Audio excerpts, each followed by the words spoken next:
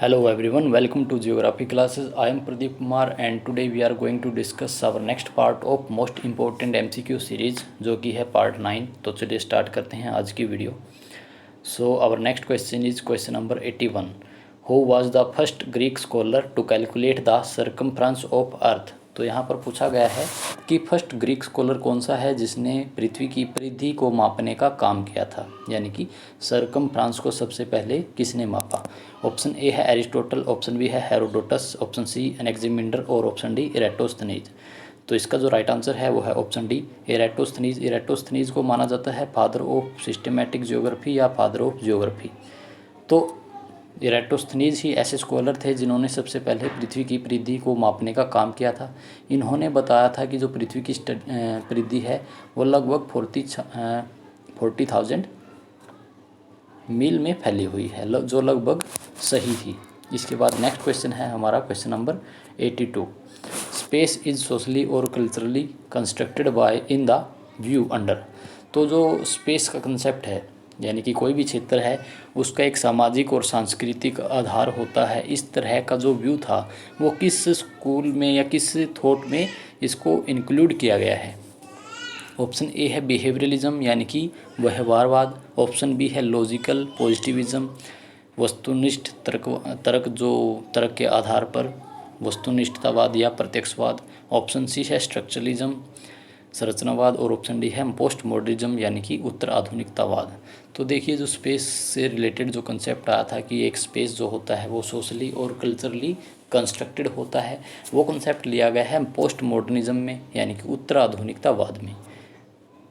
तो आधुनिकतावाद के बाद जो कंसेप्ट आया वो था उत्तर आधुनिकतावाद का, और इसी कंसेप्ट के अंदर स्पेस से रिलेटेड कंसेप्ट को भी रखा गया था कि हर एक जो स्पेस होता है उसका एक सामाजिक और सांस्कृतिक आधार देखने को मिलता है। इसके बाद नेक्स्ट क्वेश्चन है हमारा question number 83। Who wrote the book Meteorologica. तो मीटीरियोलॉजिका बुक है वो किसके द्वारा लिखी गई है। मीटरोलॉजिका यानी कि मौसम विज्ञान। तो ये जो मीटरोलॉजिका बुक थी ये मौसम विज्ञान पर लिखी गई बुक थी, जिसमें मौसम के बारे में यानी कि मौसम जो भी मौसम होता है, जो भी वेदर होता है उसकी फॉर्मेशन कैसे होती है और किस प्रकार से एक रीजन का वेदर दूसरे से डिफरेंट देखने को मिलता है, ये किसके द्वारा लिखी गई। ऑप्शन ए है Aristotle, option B Posidonius, option C Plato और ऑप्शन डी है इरेटोस्थनीज। तो इसका राइट आंसर होगा ऑप्शन ए एरिस्टोटल यानी कि अरस्तु। अरस्तु ने ये बुक लिखी थी जिसको मेट्रोलॉजिका के नाम से जानते हैं। इसके अलावा पोसिडोनियस को जाना जाता है फादर ऑफ फिजिकल ज्योग्राफी के लिए। प्लेटो जो थे वो एरिस्टोटल के ही स्टूडेंट थे। इरेटोस्थनीज फादर ऑफ ज्योग्राफी या फादर ऑफ सिस्टमेटिक ज्योग्राफी के लिए इनको जाना जाता है, और इनकी फेमस जो बुक थी वो थी ज्योग्राफी का। इसके बाद नेक्स्ट क्वेश्चन है हमारा question number 84। Which one of the following continent recorded highest density of population as per United Nation population fund 2015 data. तो इनमें से कौन सा कॉन्टिनेंट है जहां पर पॉपुलेशन डेंसिटी मैक्सिमम देखी गई है, या हाईएस्ट पॉपुलेशन डेंसिटी किस कॉन्टिनेंट पर देखी गई है according to United Nation population fund 2015 data के अकॉर्डिंग। ऑप्शन ए है यूरोप, ऑप्शन बी है Asia, option C North America और ऑप्शन डी ऑस्ट्रेलिया। तो इस क्वेश्चन का राइट आंसर रहेगा ऑप्शन बी एशिया। एशिया के अंदर आपको पता होगा कि 60% जो पॉपुलेशन है एशिया कॉन्टिनेंट के अंदर ही पाई जाती है, और एशिया कॉन्टिनेंट वर्ल्ड में ऐसा कॉन्टिनेंट है जहां पर पॉपुलेशन डेंसिटी और टोटल पॉपुलेशन दोनों ही सबसे। एशिया की जो पॉपुलेशन डेंसिटी है वो रिकॉर्ड की जाती है एज ए 150 पर्सन पर स्क्वायर किलोमीटर। तो यानी कि 150 व्यक्ति 1 स्क्वायर किलोमीटर एरिया में पाए जाते हैं, जो कि सबसे ज़्यादा रिकॉर्ड की जाती है। इसके बाद नेक्स्ट क्वेश्चन है हमारा question number 85। Japan population pyramid would most likely resemble to that of. तो जापान का जो पॉपुलेशन पिरामिड है वो किस तरह देखने को लगता है या देखने को मिलता है। ऑप्शन ए है यूएसए, ऑप्शन बी है ब्राज़ील, ऑप्शन सी डेनमार्क और ऑप्शन डी इंडिया। तो जो जापान का पॉपुलेशन पिरामिड है वो नीचे से कैसा है, वाइड नहीं होकर नैरो है, यानी कि यहाँ पर जो पॉपुलेशन ग्रोथ रेट है वो काफ़ी कम देखने को मिलती है।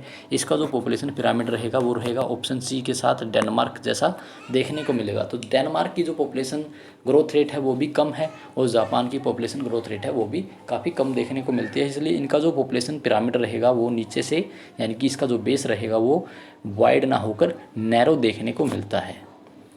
तो जो डेवलपिंग कंट्री होती हैं या डेवलप कंट्री होती हैं उनके पॉपुलेशन पिरामिड में डिफरेंस काफ़ी ज़्यादा देखने को मिलता है। जो डेवलपिंग कंट्री है लाइक इंडिया की अगर हम बात करें तो यहाँ का पॉपुलेशन पिरामिड क्या होगा, जो बेस होगा इसका वो वाइड होगा और ऊपर जाते जाते ये नैरो होना स्टार्ट हो जाएगा। लेकिन जो डेवलप्ड कंट्री है उनका जो बेस है वो नैरो होगा और ऊपर से यानी कि मिडिल पोर्शन में वो वाइड होगा, फिर लास्ट में जो ओल्ड एज ग्रुप आता है उसमें वो फिर से नैरो हो जाएगा। तो इस तरह से पॉपुलेशन पिरामिड में डिफरेंस देखने को मिलता है अलग अलग कंट्री के।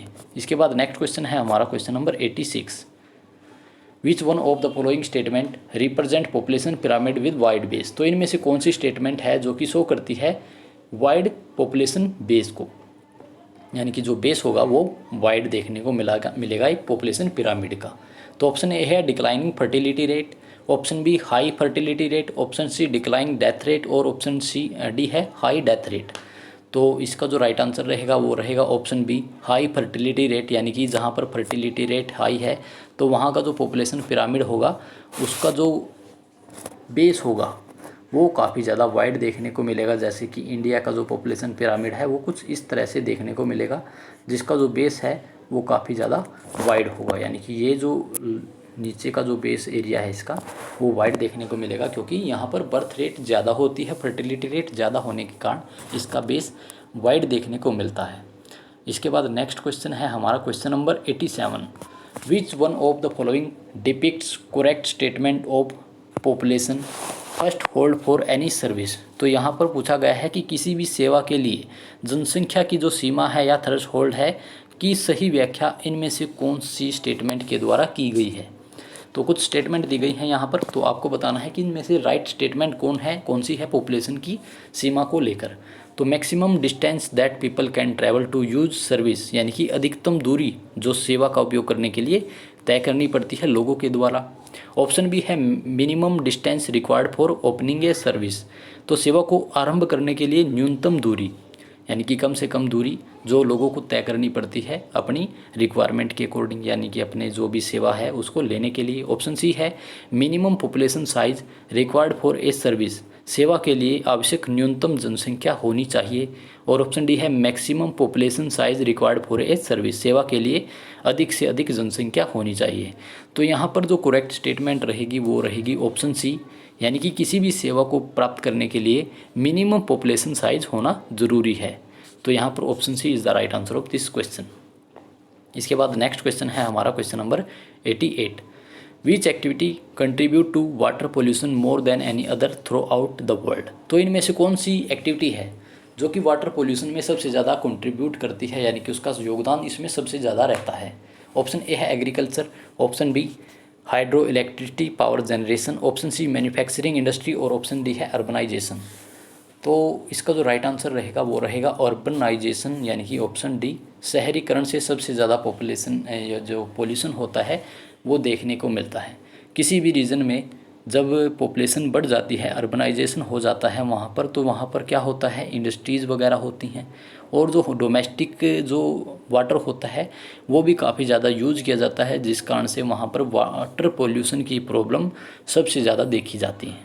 तो जितने भी सिटीज़ होते हैं आपके आसपास वहाँ पर देखोगे आप, तो वहाँ पर वाटर पोल्यूशन की प्रॉब्लम बहुत ज़्यादा देखने को मिलती है as compare to rural area.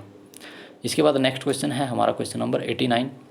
Which one of the following ocean route is the most important and busiest route in the world. तो इनमें से कौन सा ओशियन रूट है जो कि बिजिएस्ट माना जाता है वर्ल्ड के अंदर। तो ऑप्शन ए है Cape route, the Cape route, option B North Pacific route, option C South Atlantic route और option D North Atlantic root.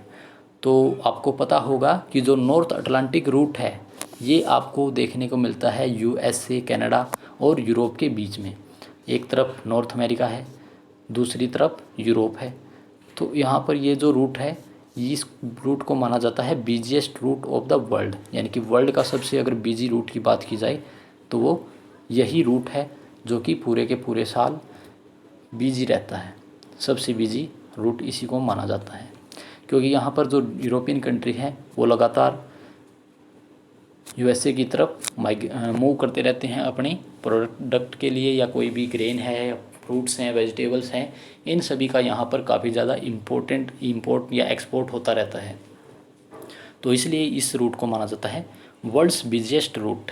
इसके बाद हमारा लास्ट क्वेश्चन है आज का, question number 90। Which one of the following was not assured by Weber in his list cost theory. तो जो weber के द्वारा थ्योरी दी गई थी लिस्ट कोस्ट की, उनमें से इसमें किस पॉइंट को इंक्लूड नहीं किया गया है, यानी कि कौन सी जो स्टेटमेंट है वो सही नहीं है। ऑप्शन ए है agglomeration economies lead to high transport and labour cost. Agglomeration का मतलब होता है कि समूहन अर्थव्यवस्था या आर्थिक जो व्यवस्था होती है उसमें ट्रांसपोर्ट और लेबर कोस्ट बढ़ जाती है। ऑप्शन बी है लेबर इज़ इन्फिनिटी अवेलेबल। जो लेबर है वो सभी जगह पर असीमित रूप से अवेलेबल रहता है। Location with high transport cost may be attractive because of a cheap labour supply. जो लोकेशन होती है किसी भी एक एरिया की, वहाँ पर हाई ट्रांसपोर्ट कॉस्ट होने के बाद भी जो लेबर है सप्लाई है वो लगातार होती रहती है। और ऑप्शन डी है transport cost were uniform by distance and weight in any direction. जो ट्रांसपोर्ट कॉस्ट होती है किसी भी डिस्टेंस पर किसी भी एरिया की तरफ वो यूनिफॉर्म रहेगी according to weight and direction. तो यानी कि हर डायरेक्शन में जो ट्रांसपोर्ट कॉस्ट है वो सेम रहेगी। तो यहाँ पर पूछा गया है कि इनमें से कौन सी स्टेटमेंट सही नहीं है। तो यहाँ पर इसका जो राइट आंसर रहेगा वो रहेगा option A agglomeration economies lead to high transport and labour cost. तो समूहन अर्थव्यवस्था में जो ट्रांसपोर्ट और लेबर कोस्ट है वो ज़्यादा नहीं होती।